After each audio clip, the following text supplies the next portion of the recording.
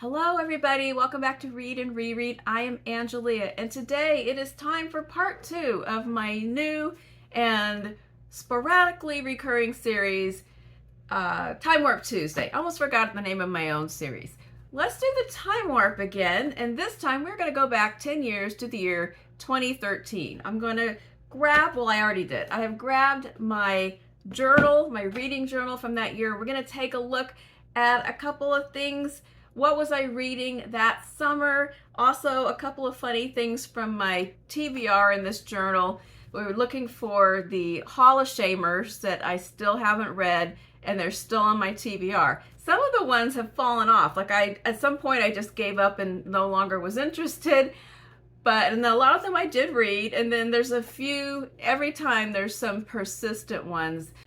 So first of all, I have a funny picture. So when I was thinking about my name for this series, which is Time Warp Tuesday, of course you think of Time Warp from Rocky Horror. And if you, like me, were a teenage Rocky Horror participant, please let me know in the comments. And I knew that I had a photo, and I had to dig through this closet. That in the front of the closet is towels and sheets and stuff, but way in the back I have some old photo albums.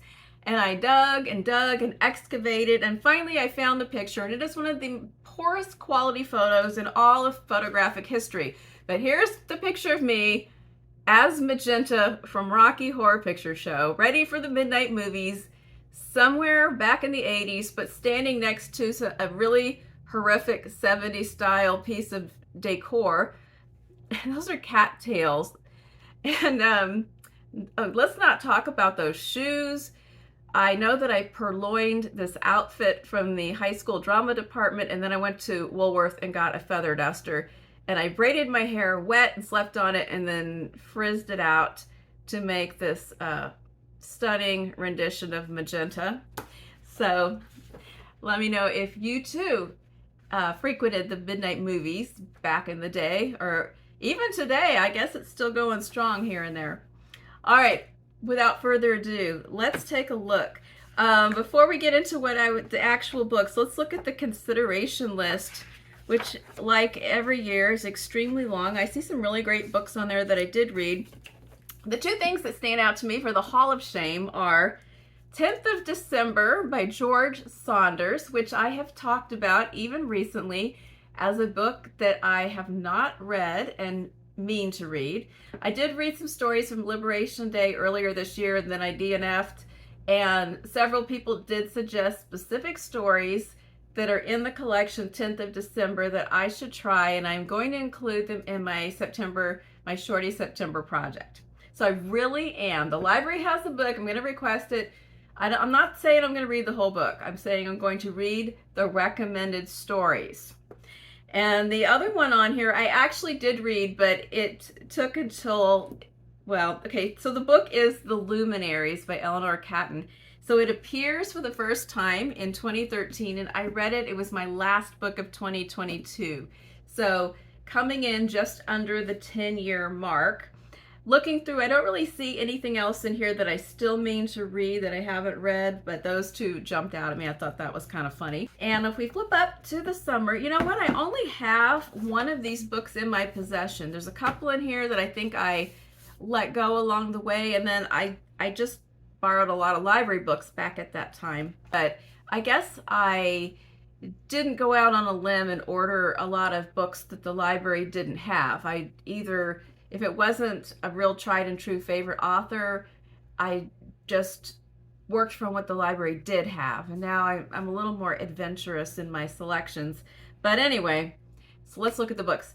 So we started off with someone who I still like to read, which is Denise, Mina, and I was reading Gods and Beasts, which at the time was the latest installment in the Alex Morrow series.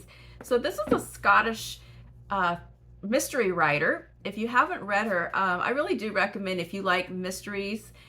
She has a couple of series. She hasn't written a new Alex Morrow one. I don't know if she's finished with her or not. She's a detective, a murder detective, but she has a brother who is high up in the gang. the gang, the gang. This all takes place in Glasgow, and so he sometimes he's sort of helpful, sometimes he's a problem, sometimes people suspect her loyalties. So, and then she has stuff going on in her personal life. It's just, so there's character development through the series, and then each one has a murder mystery to solve. She also does standalones, and she does there's an older series with a character named Patty who's a journalist. And let me think, what else? The last two books have had the same main characters in them, and that was Conviction, and I'll think of the other one. I'll put it up here. But anyway, I recommend her for crime fiction. This one was Gods and Beasts. If I went through the, I know I'm talking about the relationship with her brother in this journal entry. It says, I like the evolution of weary-driven Alex. So then the next one is the only one that I actually have on hand, and that was Life After Life by Kate Atkinson. I love this book. It is really high up on my list of things I want to reread. I want to reread this, and I also want to reread the Jackson Brodie series, which I really, really, really, really love. So, but this book, I think as far as her standalone books, this is the best one, in my opinion. I also love this cover. This one, let me read a little bit about what I said in my journal entry. My hopes were high reading this, and I was so glad about how good it was. I was totally absorbed in the many stopping points, turning points, divergent paths of Ursula's life. But here's a little bit about what it's about. On a cold and snowy night in 1910, Ursula Todd is born to an English banker and his wife. Ursula dies before she can draw her first breath. On that same cold and snowy night, Ursula Todd is born, lets out a lusty wail, and embarks upon a life that will be, to say the least, unusual. For as she grows, she also dies repeatedly in a variety of ways, while the young century marches on towards its second cataclysmic world war.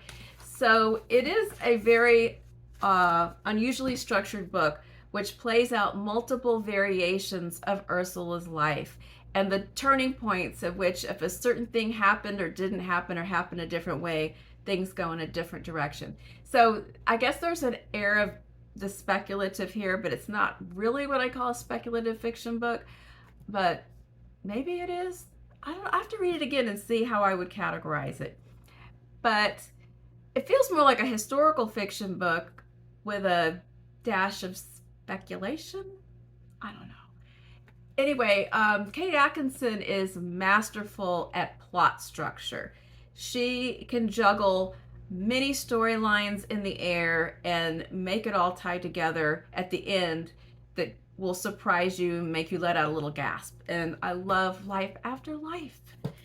All right, what else did I read? I read a book called The House Girl that I don't remember. I think, wait, was this about, hold on, I didn't look at this entry yet. I think maybe it was about an enslaved girl. Let's see. This was a quickie, pretty good, but with some weaknesses, and does seem like it has something to do with slavery. I'm going to have to look up the author. I'll put the picture of the book up here. But whatever it was, it went right in my head and out the other side. So let's move on. This is a blank page.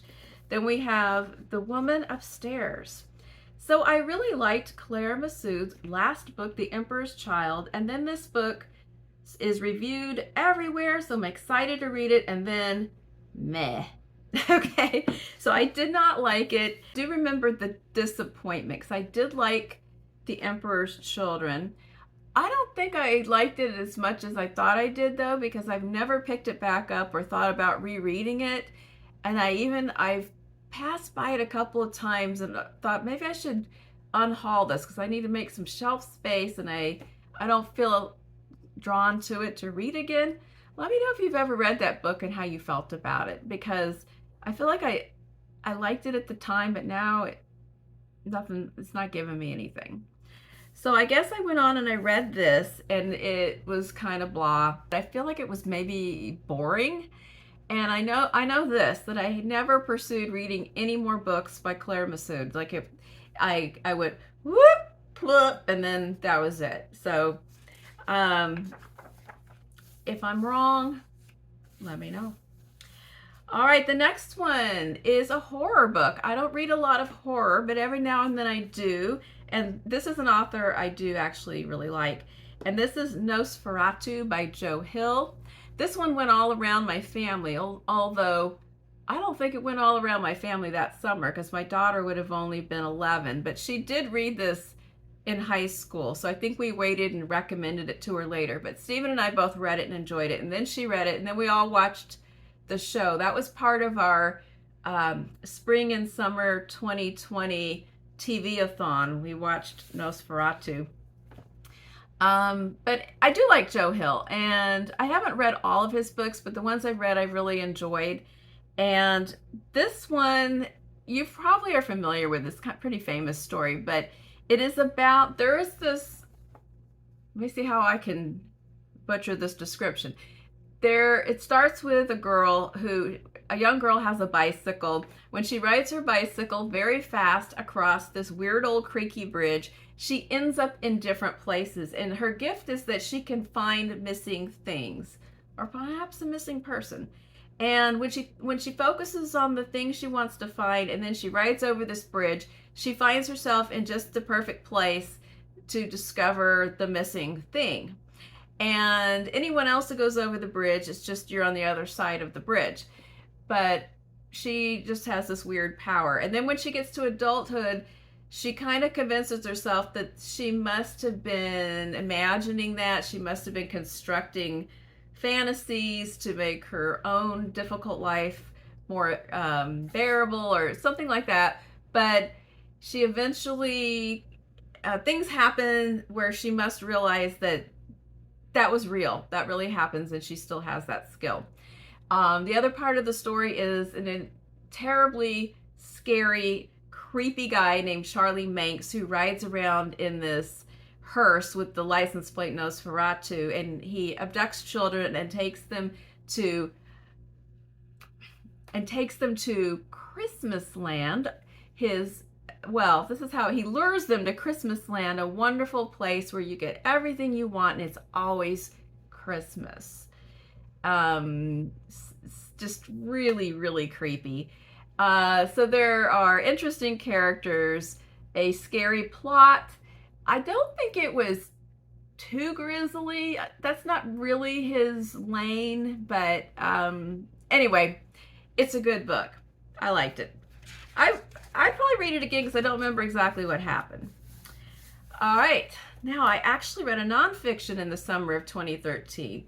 The next book is Far from the Tree by Andrew Solomon. I remember this book. It was super long, very fat. I don't think it's not a DNF, but I don't know that I read every single part of all the sections. This was a nonfiction book that is about parenting unusual children with differences. It could be physical differences, social differences, mental health problems, and create different kinds of parenting challenges to help your child. I went and interviewed all these different parents and observed their families. I remember the book was interesting to me at the time as an educator, someone who has a lot of special needs students. Just reading this book that was really all about the parents' experience kind of added a new dimension to my understanding. So that was interesting. Then moving on, this author I think was in the last video, and that is The Interestings by Meg Wolitzer. This was about a bunch of kids that meet at a camp for gifted children when they're teenagers, and they form these tight relationships that carry out. It's one of those ones that goes through the decades.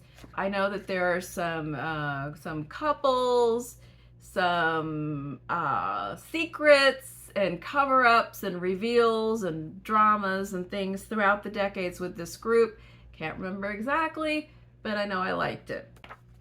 Okay, then I went on this crime spree with Jo Nesbo. This is when I was really into the Hari Hula books.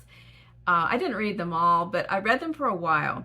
And this is a Norwegian detective series. He also has written some standalones, and I've liked a couple of those. But his fiction is very, very dark, very gritty, very bloody, and sometimes it's just a little too weird and twisted. I read The Bat here in this entry, and this was the first, it wasn't the first one translated into English, but it's the first one in the series. So I picked it up and read it, even though I had read some other ones previously. So I wanted to get the backstory. And some of the things that ended up making me drop this series were that Harry, it's very dangerous to be his friend. Everybody who comes into the story as a secondary character has a target on their head, and he kills people off. He builds up characters and makes them appealing, and then he mercilessly kills them off over and over. I mean, 70% of everybody that he either dates or works with or becomes friends with gets killed by the end of the book. So it got a little tedious. Somebody come in and I didn't want to like them because they were probably, not going to make it through. And also, every woman that he meets is a potential love interest. It got a little silly. So I don't even know what The Bat was about, but that's what I read. Then we get to one of my favorite authors, Elizabeth Strout, but not my favorite book of hers, and it was The Burgess Boys. I used to have a copy of this, but I unhauled it when we did our big downsizing move. I probably have more books now than I did when I did that big unhaul, to be honest, because BookTube came into my life and I started accumulating books like a maniac. But The Burgess Boys is part of the Stroutiverse, and if you have read enough of her books, you know that characters pop up in other books. And this one was about a family, the Burgesses, these brothers, and then eventually their wives.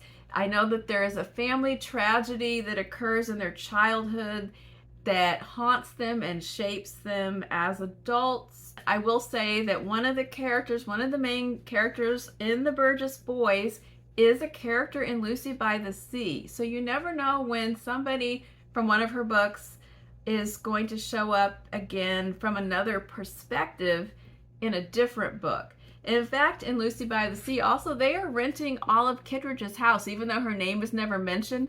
You can tell by the description of who they've rented from them and where they're living that it's Olive's house.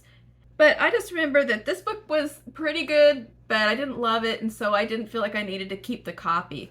What I do want, and that I don't have, is a set of the Lucy books. I don't have any of them.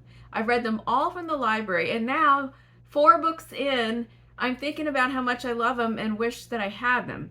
But I only have the Olive books. I'll probably get them eventually.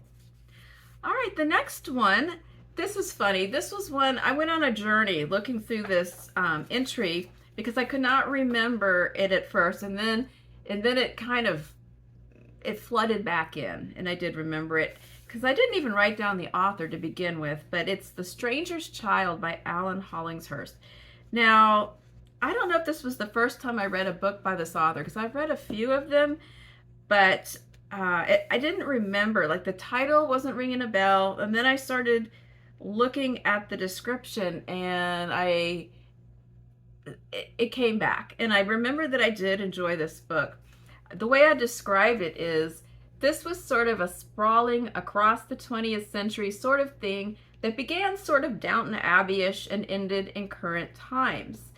And that it is a study of being gay across the decades and what it means for a changing set of main characters with connections to the family at the center.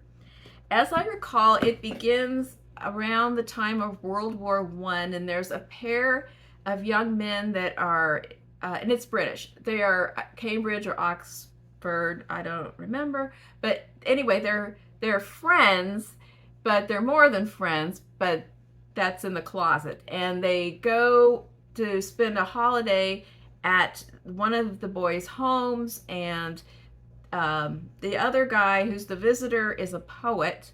And during the course of this visit, he has some kind of a drunken flirtation, or maybe he makes out or something with the younger sister, and then later there's this big dispute about he has a famous poem. I guess he dies in the war. I could be grossly mis-summarizing this because this is a 10-year-old memory and I'm, you know, not a spring chicken. But as I recall, that he dies, and he has some work that becomes famous, and is the famous poem about the young woman, or is it about the brother? And it's probably about the brother, but and then it goes through the decades, different people and their association with this family, and some people are tried to write a biography or a critical study of the poet, and they want to know more. And anyway, so it's another one of those goes across the decades books that I like. And I know I've read a couple other books of his as well, and I think I like them also. If you have a particular favorite by this author, let me know, or any of these other authors. Then I read a book that I had to look up the whole summary because it got away from me, and that was Norwegian by Night by Derek B. Miller. But then I remember that I actually really liked this. It was a mystery thriller, but it had a deeper dimension in the characters, the character development, and kind of well, let me tell you what it's about. So there is an older man who is maybe he's 80-ish. He's a widow, and he works as a watch repairman, but he was a sniper in the Korean War. And his granddaughter convinces him to move to Norway and live with she and her husband, and live with her and her husband. I feel like I made it. There's a grammatical problem in there somewhere. Anyway, he moves there reluctantly. He's an old curmudgeon, but she's kind of worried that he's slipping, and she doesn't want him to be alone. Her father, his son, died before she was born in Vietnam, but she gets him to come there. They have an apartment building that they own, and so they convince him that he can come and help out with the maintenance, and she's getting ready to have a baby, and he can help around the house. And so they lure him there to live with them, and he's trying to get his bearings in Oslo, I think. And in this apartment building one day, when they're out at work, he hears a commotion, and he ends up being accidentally caught in the crossfires of this domestic dispute where a man is trying to abduct his young son because he wants to take him out of the country. And his old military instincts kick in, and he ends up grabbing this kid and making a run for it as fast as his 80-year-old legs can carry him, and he goes on the run with the kid. And so it's about that, and then it's also about his reflections back with his own relationship with his son and his military past and things like that. So that was a good one, actually. So there you have it. That, I don't know, that was kind of a bizarre group of books to read during a summer. I guess, I don't know, I have no grand summary thoughts about it, but you can let me know what you think. Have you read those books? If looking back over, I would definitely say the Denise, Mina, and the Kate Atkinson are the ones that I would recommend if you have never read them. Also, Nosferatu if you like horror, and the Meg Wolitzer. Any of those I would particularly recommend, and the rest, reader beware. I'm not sure how good or how well they stand up. So that's it for now. Let me know what you think, and have a great day. I will be making a video, an August TBR video, to post on Friday because I will be out of town and I won't do a regular Friday reads. I am currently reading Brooklyn by Colin Tobin. I cannot with that name. What is but it's really good. Have a great day. Bye.